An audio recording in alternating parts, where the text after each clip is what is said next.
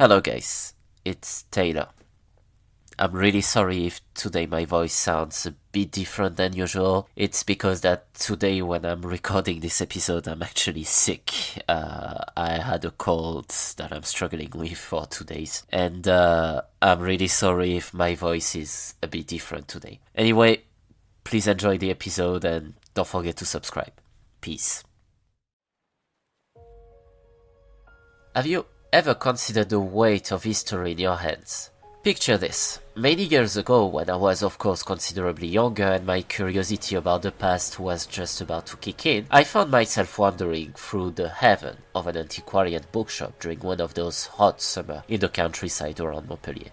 Because back in the days, my best friend and I were actually collecting old books, and this was a bit of a competition between us. A few months before that, he purchased a Bible printed in 1885, and this was his oldest book of his collection. But amidst the musty air and the whisper of turning pages, a particular book caught my eye. It wasn't its elaborate cover or the gilded spine that drew me in, but it was the fact that this book was very small and it was actually the date at which it was printed that caught my attention. 1824. It was in 2015, and this book is about to turn 200 years old. This book, with its page yellowed by time and the scent of bygone eras, was in my eyes not just a simple purchase. When this book was printed, King Louis XVIII of France just died, and King Charles X was about to become King of France. In Britain, it was still King George IV, and I started wondering how many hands before mine could ever hold this book. I remember the weight of it in my hands and the sensation of connecting with countless others who might have held it before me, or before I, or even my parents were even born actually.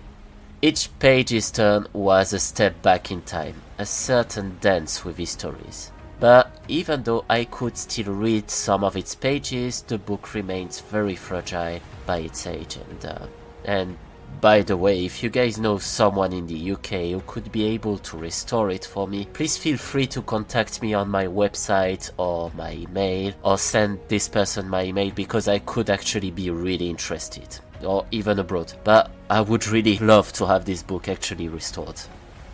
The book was a school literature manual written in a version of French that we hardly speak today, and I still found pages dedicated to the legends of the past. So I was thinking, let's journey back to a time where knights and nobility of magic and mysteries was part of a reality. Let's explore the enigmatic life and ambiguous death of a figure who, much like the book from 1824, serves as a bridge to a distant past.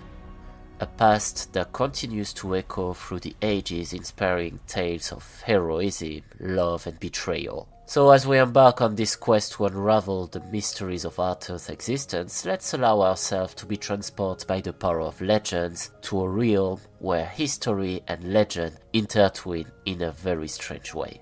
Now, fellow travelers of the unknown, please grab yourself a coffee and make yourself comfortable, and let me tell you today the story of the mysterious life and death of King Arthur and the Knights of the Round Table.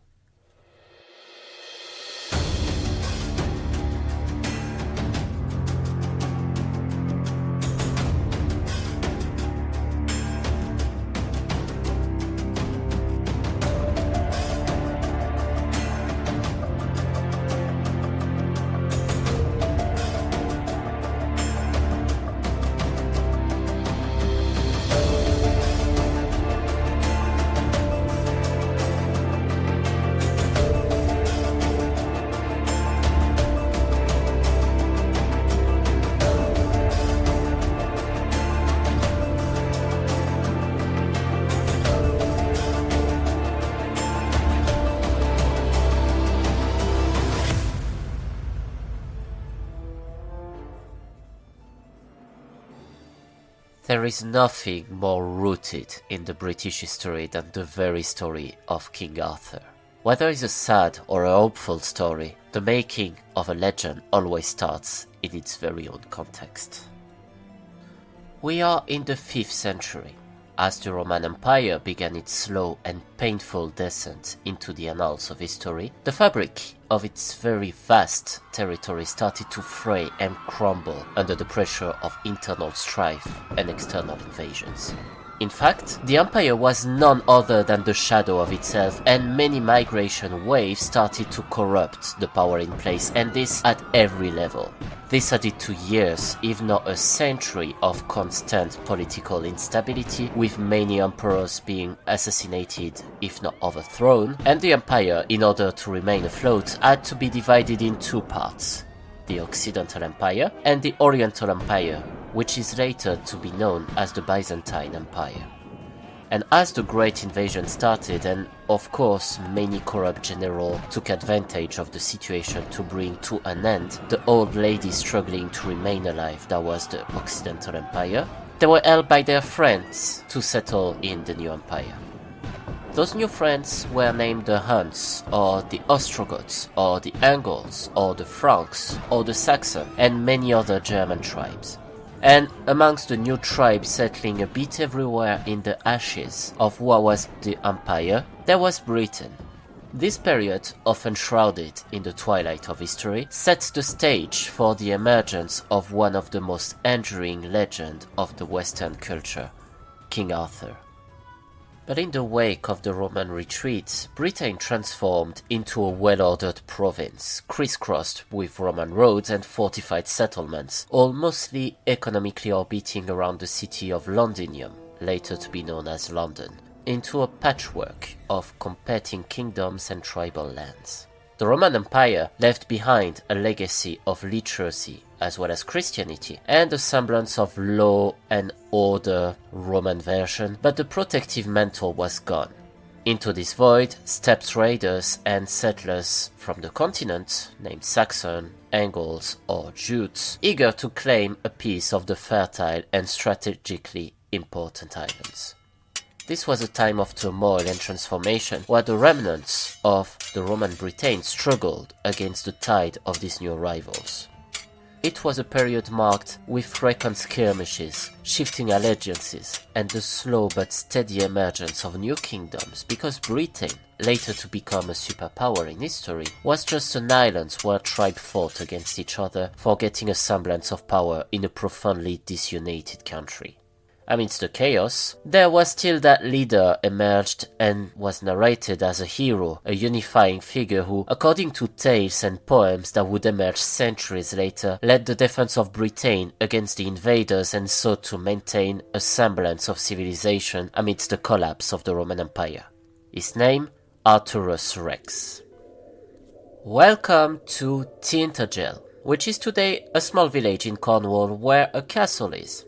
You can actually visit the village of Tintagel, it really exists, as well as the castle, and I assure you guys, if you're nearby, it's worth the trip. But back in the days, Arthur's story commenced not with grand battles or royal lineage, or at least not entirely, but with the complex manipulation of destiny by an enigmatic wizard named Merlin. According to the myth that enveloped Arthur's story, his birth was the result of complex machinations involving magic, deceit, and prophecy. Uther Pendragon was the king of Britain in a troubled country where many tribes were fighting, and he struggled to unite everyone. But Uther has a secret. He was in love for this woman, Igraine, who was the wife of Gorlois. But Igraine didn't love him back. Even though Uther Pendragon was certainly the kindest man around Igraine, but you know what it is, she said no, it meant no. But that's the problem. Uther was really badly in love for Igraine, so he had an idea. So one evening, he wanted to see his friend the wizard Merlin. Merlin, on the request of Uther, made him a potion that would act like this. If Uther goes to sea and spend the night with Igraine, he will be looking like Gorlois at her eyes, and so they could spend the night that he wanted. After all, Gorlois was gone to fight the Saxons, so no one would really know, right? But nothing is free in this world, so Merlin in return said to Uther this: during the night, Igraine will become pregnant, and a little boy will be the result of this night. So that's the deal. You have your evening with Igraine, no problem, but the kid will be mine. Arthur's father, aided by the sorcery of Merlin, was able to disguise himself and lay with Igraine, Arthur's future mother. This union, underpinned by Merlin's condition and foresight, set the stage for Arthur's birth, a child born of magic and mortal ambition, destined to become Britain's greatest king. So, you could say that the story started very well straight from the start. But you certainly wonder, had Igraine ever found out that she's been fooled? And the answer is yes, she did. But you wanna know how did she find out that she's been abused by Uther Pendragon? You remember when I said that Gorlois, the husband, went to fight the Saxon? Well, guess who died during the night in an ambush made by the Saxon when Igraine and Pendragon were having sex? Igraine was informed by one of her servants the morning after. Happy Monday, I guess? But either way, the circumstances of Arthur's conception and his birth were wrapped in the magic and mystery that is so characteristic of the Arthurian legend. As Gorlois died, Uther Pendragon, having abused Igraine, forced her to marry him, as he told her that he was the one who took appearance of Gorlois, and I believe in one of what was the most certainly happiest marriage ever, she married him. Merlin's role as a guide and protector began even before Arthur's birth, ensuring that the child would be raised away from the court's danger and intrigues.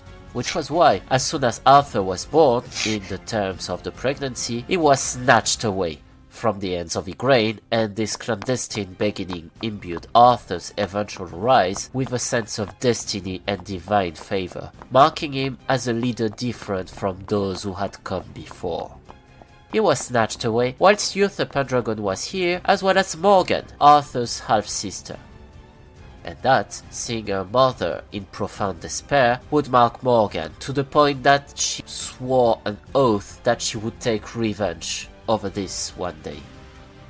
Anyway, now that the deal was fulfilled, away and raised by Merlin, Arthur's path to kingship was anything but ordinary.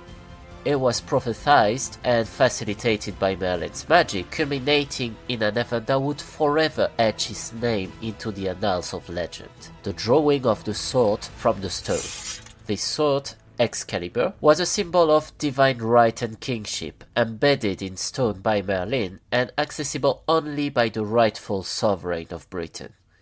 After all, Britain was in desperate need for a leader, and Uther, having had questionable relationship to women, tried his best but was not the greatest leader. But before that, our young Arthur was still a kid. His childhood and teenage years are shrouded in myth and mysteries, largely undocumented but richly imagined by the embroidery of Arthurian legend.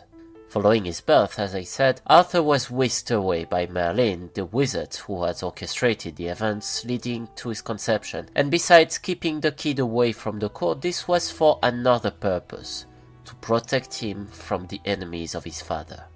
Merlin entrusted Arthur to the care of Sir Ector, a loyal nobleman, under whose guidance Arthur was raised and well educated.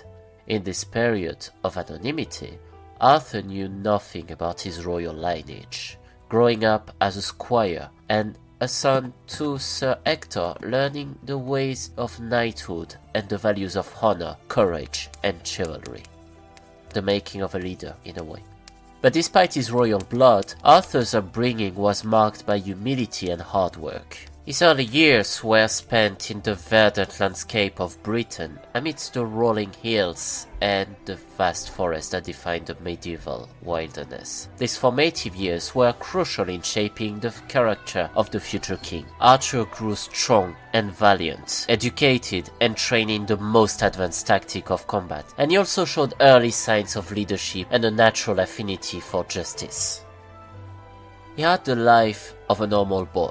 His days were filled with training. He learned to ride, to fight, and to understand the code of conduct that would later govern the lives of his knights. Yet he remained unaware of his destiny, living the life of a squire with dreams that reached no further than serving with honor, love, and devotion to his work, and humility in his daily routine. But his daily routine would change soon enough. Why? Well, because Uther Pendragon, the actual king, was not eternal. In fact, he died when Arthur, still a handsome young man, turned 18. And of course, the death of the father came with its joy, the country in revolts, uprisings, battles, who would become the next king, and everything. The usual in a country that lost its unity. But in the middle of this fabulous mess, Merlin felt that he had the power to bring unity in the island of Britain. One day he placed the sword Excalibur in a stone after having proclaimed that only the rightful king could pull it from its resting place. The challenge was met by knights and nobles from across the land, all aspiring to the throne but none succeeding in the task of pulling the sword out of the stone. Only the gods would elect the right one to pull the sword, and thousands tried unsuccessfully. Arthur, attending the tournament with Sir Hector and his son Sir Kay, found himself thrust into the limelight of legend when on one day, before many witnesses, he effortlessly drew the sword out of the stone. The surprise must have been immense when he did this. Yet, unbeknownst to him, this act was not merely about showcasing his strength or fulfilling a challenge. It was all about claiming his birthright and embracing his destiny as Britain's rightful ruler. Okay, when I say that people were surprised, let's say there was a bit of both. People said that, yeah, he may have been lucky because so many people pulled the sword, so he may have moved, a bit in the rock. So why him?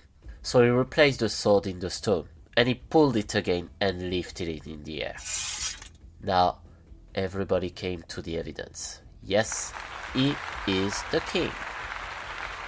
Arthur's transition from obscurity to prominence was not without its challenges. The revelation of his royal heritage and his subsequent ascension to the throne was met with a mix of awe, skepticism, and envy. Many tried, after all, to pull that sword from the stone and everybody failed. So why a young guy popping out of nowhere from Tintagel would be better than us all to rule over us? Yet, the very quality that defined his childhood and teenage years, from his bravery, his fairness, and his innate sense of justice, became the bedrock upon which he would build his reign, and that was probably why the god chose him and not someone else. Not only that, but Arthur was also famous for his previous exploits on the battlefield. He was the one who pushed back the Saxons and was already known and seen as a natural leader. His early life, steeped in the ordinary yet marked by the extraordinary, laid the foundation for a king who would be remembered not just for his deeds in the battle, but for his vision of a united and fair kingdom where everyone could thrive. With Excalibur in hand and the endorsement of Merlin, Arthur Pendragon, still the handsome young man who was the new king and the successor of Uther Pendragon, began his reign over a Britain fraught with danger and division. In fact, everything was to be built, and even though he had many ideas, he still needed to have a court that would reflect his values as a king and what he wanted for his kingdom. His first task was to fortify his rules, quelling the dissenting voices of rival lords and consolidating his power. But this wasn't his worst challenge. Before that, he needed a stronghold. So he asked his friend Merlin, and in the space of a few days, Merlin built for him the most beautiful castle. A castle meant for a king with such a prestige like him. And this castle would be later to be known as Camelot. The establishment of Camelot and its court marked the beginning of a golden age for Britain. Camelot wasn't just a simple castle or a city, it was an ideal, or should I say, his ideal, a representation of Arthur's vision for a kingdom ruled by justice, chivalry, and a commitment to common good. Building a great country for great people. Camelot became the heart of Arthur's kingdom, a place where the ideals of the Round Table flourished. A round table so he could welcome his knights so they could share the fantastic tales of adventure they all had. The stories of dragons being fought, of invaders being repelled, of civilians being protected. His legendary table, where Arthur and his knight convened, was a symbol of the new order Arthur sought to create, an order where merit and not birthright defined their vision of the world. The knights who gathered around this table committed themselves to quests that defended the weak, sought justice, and pursued the Holy Grail of Christian legend. These stories and quests not only added to the mythic stature of Arthur and his knights, but also encapsulated the moral and ethical code that Arthur's reign aspired to embody. And this was the golden age of Camelot. And now that Camelot was ready to welcome a court, many people would come. Starting by this beautiful young blonde girl named Guinevere. In fact, she met Arthur during a party and she was said to have been the most beautiful woman in the place. She was the daughter of King Leo the Grand of Camelot, who was one of the knights of the Round Table, and Arthur fell in love with her right away. And this may have been a positive event in Arthur's life. One person would, however, not really appreciate this union at all. Merlin. Standing as a strong advisor to Arthur, Merlin said that this woman would precipitate his downfall. Another important protagonist here needs to be mentioned, Lancelot du Lac. Also known as Lancelot of the Lake for the English translation, he is one of the most celebrated and complex characters of the Arthurian legends. According to the legend, Lancelot was raised by the Lady of the Lake, a mythical figure who nurtured him after the death of his father, the King Ban, making Lancelot the heir of a lost kingdom. This upbringing away from society endowed Lancelot with unparalleled skills in chivalry and combat, setting the stage for his future as the greatest knight of the Round Table. But there was just a tiny little problem. Lancelot was badly in love for Guinevere, and this would have some severe consequences in the future.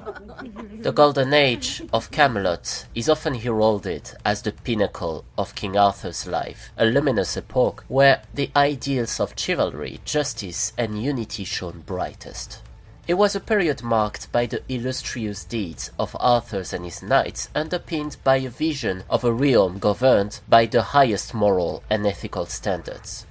At the heart of his golden era stood the universe of Camelot, their knights and the Round Table, not just as Arthur's seat of power, but as a symbol of the utopian society he endeavored to create. The kingdom thrived under his wise and just rule, attracting the bravest and most virtuous knights to his Round Table, where each were considered an equal, their worth measured by their valor and adherence to the chivalric code. Queen Guinevere, Arthur's consort, was a central figure in the court of Camelot, embodying the grace and beauty that the area celebrated. However, her role extended far beyond mere royalty. She was an inspiration of soft strength and compassion, qualities that complemented Arthur's leadership and added depth to the court's dynamics. The Queen's presence brought a sense of completeness to Arthur's reign. The chivalric adventure of Arthur's knights, tales of gallantry, quests for the Holy Grail, and battles against formidable foes were not just only martial prowess, but also a moral and spiritual trial. Many stories of those heroic acts made by those knights echoed many narratives rich in allegory and symbolism, celebrated the virtues of courage, faith, and the pursuit of excellence. Sir Lancelot's unequalled skills as a knight were matched only by a few. Sir Gawain by his loyalty and moral compass, or Sir Galahad, the embodiment of purity and the successful seeker of the Grail, and Sir Percival, whose innocence and faith led him to the Grail, each played a role in illustrating the multifaceted nature of knighthood and virtue. This era also witnessed the knights heading on the quest of the Holy Grail and the most sacred of their pursuits, symbolizing the ultimate spiritual and moral journey. But what was the Holy Grail? Well, it was actually a small cup where the blood of Jesus Christ was taken, and it was said that whoever would find the Grail would become the master of the universe. This quest, along with the many adventures of the Round Table, enriched the Arthurian legend, weaving themes of faith, redemption, and the eternal struggle between light and darkness. Perhaps values that reflected so deeply the human race. In some ways, values that highlighted an era of unparalleled nobility, heroism, and moral questing. It was a time when the ideals of the Round Table influenced not just the conduct of the knights, but the aspiration of a kingdom striving towards a vision of perfection, ideas that our real kings have tried to imitate. Yet, the court of Camelot with King Arthur and Queen Guinevere was built on a frail equilibrium, and the valiant knights, with all their aspirations and resolution to bring the mission to a success, also had its flaws. And Queen Guinevere? Yes, they tried to have a little kid. The problem was, she was sterile. Remember Morgan, Arthur's half-sister? One day, Arthur came back from the battlefield, exhausted. And Morgan was there waiting for him. She prepared Arthur a beverage, and Arthur drank that beverage. Little was known to him that the beverage was in fact spiked by some magic potion, and Arthur started feeling unwell straight after. What happened next? Well, Morgan removed her clothes and jumped onto Arthur who, according to the legend, had sex with her. Yeah, that's Middle Age. It nevertheless remained that Morgan became pregnant of Arthur, and 9 months later was born Arthur's biggest pain in the back, Mordred, the only heir. But, just like any beautiful story, each have to come to an end, and this end wouldn't be glorious. With Mordred born, the fall of Camelot slowly started, and a tale emerged from the thread of betrayal, heartbreak, and the erosion of ideals, marked a somber chapter in the Arthurian legend, where the luminous epoch of the Golden Age dims into twilight. This period, rich in narrative complexity, underscores the tragic imperfection within the human heart and the relentless march of destiny, revealing the vulnerability of even the most idyllic societies into the forces of internal discord and external threats.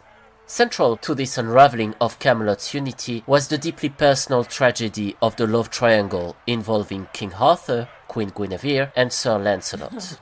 As the scandal from the birth of Mordred emerged, Queen Guinevere started to develop feelings for Sir Lancelot.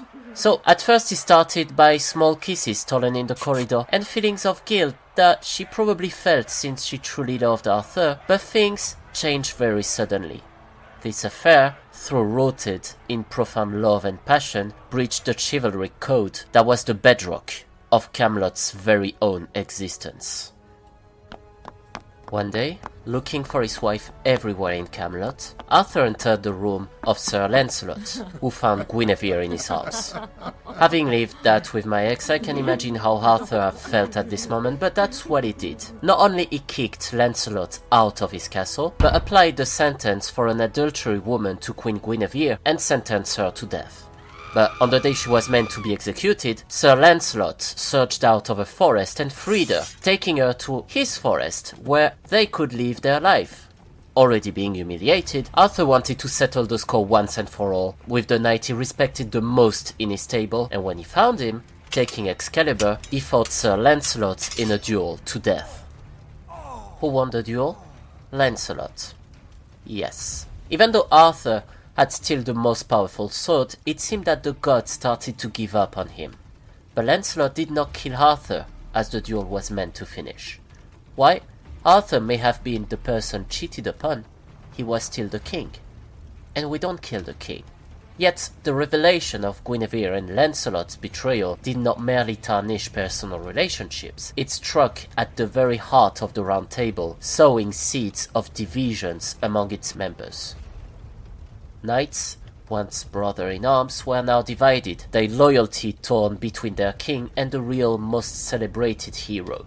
The scandal weakened the moral authority of Arthur's court, casting a long shadow over Camelot's hallowed hall and diminished its radiance in the eye of the people and the knights themselves. But Lancelot's betrayal was not Arthur's single problem. The biggest problem had a name and was also a knight, now that he grew up. The name? Mordred. Arthur presented him as his nephew, but everybody knew the truth about him. Forced by Morgan to have him made a knight, his illegitimate son promptly emerged as a catalyst for Camelot's downfall. Mordred's treachery was unfortunately big, exploiting the fissures within the Round Table and Arthur's preoccupation with the matters of the heart to assert his claim to the throne. Just like Rome, Mordred was an internal enemy of the Round Table and made sure to assert his position as a troublemaker until Arthur made the big mistake. When he left for Rome on a diplomatic mission, he named Mordred as a regent. Was it a good idea? Not really. In fact, it took a certain time to Arthur to come back to Britain. And what did Mordred do? He told everyone that Arthur was now dead. After all, no one could really say what was happening since Mordred was the only one who knew everything. But Arthur was still alive. So, a few things started to change during the Regents. Mordred started to impose his own laws and started to try to do everything to be seen as the new legitimate king. After all, he was the son of Arthur Pendragon, so it was normal that he would succeed to him to the throne. Things started to go quite well for Mordred as the army of Britain swore allegiance to him, until that day. A soldier came to say that he had no legitimacy to assume the throne, for the reason that Arthur was still alive and he was actually coming back. This led to the ultimate confrontation between Arthur and Mordred, the Battle of Camlann. It was a cataclysmic event, a duel steeped in personal betrayal and the shattering of familial bonds. But before Camlann, Merlin declared that his mission for the kingdom was now over, so he withdrew to the forest of Broceliande in Brittany, where he eventually died. Merlin, Arthur's forever light in the tunnel, was gone, Lancelot having betrayed, and Mordred ready to snatch the throne of his father. This was the perfect recipe for the final clash. This battle became the end of Arthur's legend, or, depending on your point of view, the very beginning. This fateful confrontation, foretold by Merlin and feared by those who remained loyal to the king, was the ultimate clash of a hero who was admired by the entire country, even though his own lieutenants were all willing to betray him, as they saw him being weaker and weaker, and the illegitimate son, product of betrayal and failed ambitions. Arthur faced Mordred, his own kin, in a battle marked by despair and the foreknowledge of doom. The field of Camlann, drenched in the blood of the fallen, bear witness to the end of the chivalric dreams and the harsh toll of the war. During this battle and its culmination to the duel between a father and a son, Arthur became gravely wounded, and this laid bare the twilight of his reign. But despite the injury, out of a final breath of despair and fury, Arthur suddenly put his own sword in Mordred's stomach, killing him instantly and leaving him next to him to die. The Battle of Camlann terminated here, with two people dead, which saw the fall of both father and son symbolize the end of an era, leaving the land leaderless and people in despair. In the aftermath of Camlann, as the legend unfolds, Arthur's remains are carried away to the mystical Isle of Avalon, a place that exists in the liminal space between the world of the living and the dead. Excalibur, his sword, is given by Arthur to one of his knights to be returned to the Lady of the Lake. As the knight approached the lake, it is said that he launched the sword into the lake and a hand grabbed it to vanish with it right away. Avalon, shrouded in mist and mystery, is said to be a place of healing, where the wounded king might be restored. Yet the ambiguity of Arthur's fate, whether he died or lies in a state of enchanted sleep, awaiting a time when Britain will once again require his leadership, fuels the mythic dimension of his story. The enigmatic end, neither fully alive nor truly dead, elevates Arthur from the realm of mortal king to the status of a legendary figure, a hero destined to return in his country's direst hour. So, Arthur should be back very shortly. No, sorry, that's just me thinking. With Arthur's departure, Camelot's glory fades into the annals of legend. Its ideal of justice, chivalry, and a unity remain as a poignant reminder of a dream unfulfilled. The fall of Camelot does not merely signify the end of a kingdom, it represents the loss of a moral compass, a guiding light for a better world. The Knights of the Round Table dispersed or perished afterwards, their quests and battles becoming the stuff of legend, tales told and retold as the moral exemplars and cautionary fables. The dream of Camelot, though shattered, endures in the collective consciousness, a symbol of hope and aspiration amidst human imperfection. King Arthur's mysterious end, straddling the threshold between life and death, history and myth, ensures his perpetual place in the cultural heritage. But how much of this legend, since I mentioned absolutely no dates apart from the 5th century, has in fact real historical grounds? Well, that's where the mystery actually starts. Around 1191, King Edward I and Queen Eleanor of England wanted a revival of the tales of the King Arthur, as certainly in an attempt to promote their legitimacy to the throne of Britain, they said that they were their legitimate heir. Several years before, in 1184, a great fire destroyed the Abbey of Glastonbury, and as they rebuilt it again, years afterwards, the monk there made a certain discovery. A tomb under what was the nave has been discovered with 2 bodies in it. The body of a man, actually a quite tall man, and the body of a woman who was said to have intact long blonde hair and a cross. On that cross, we could read, "Here lies interred the famous King Arthur on the Isle of Avalon," written in Latin. Was that the real body of Queen Guinevere and King Arthur? That will probably never be known. All that we know is that King Edward I took big credit on that discovery and offered to the coffin a proper burial, where today you can actually visit. It is said that King Arthur is really buried there. But is it really the King Arthur under this stone? On that, the mystery will forever remain.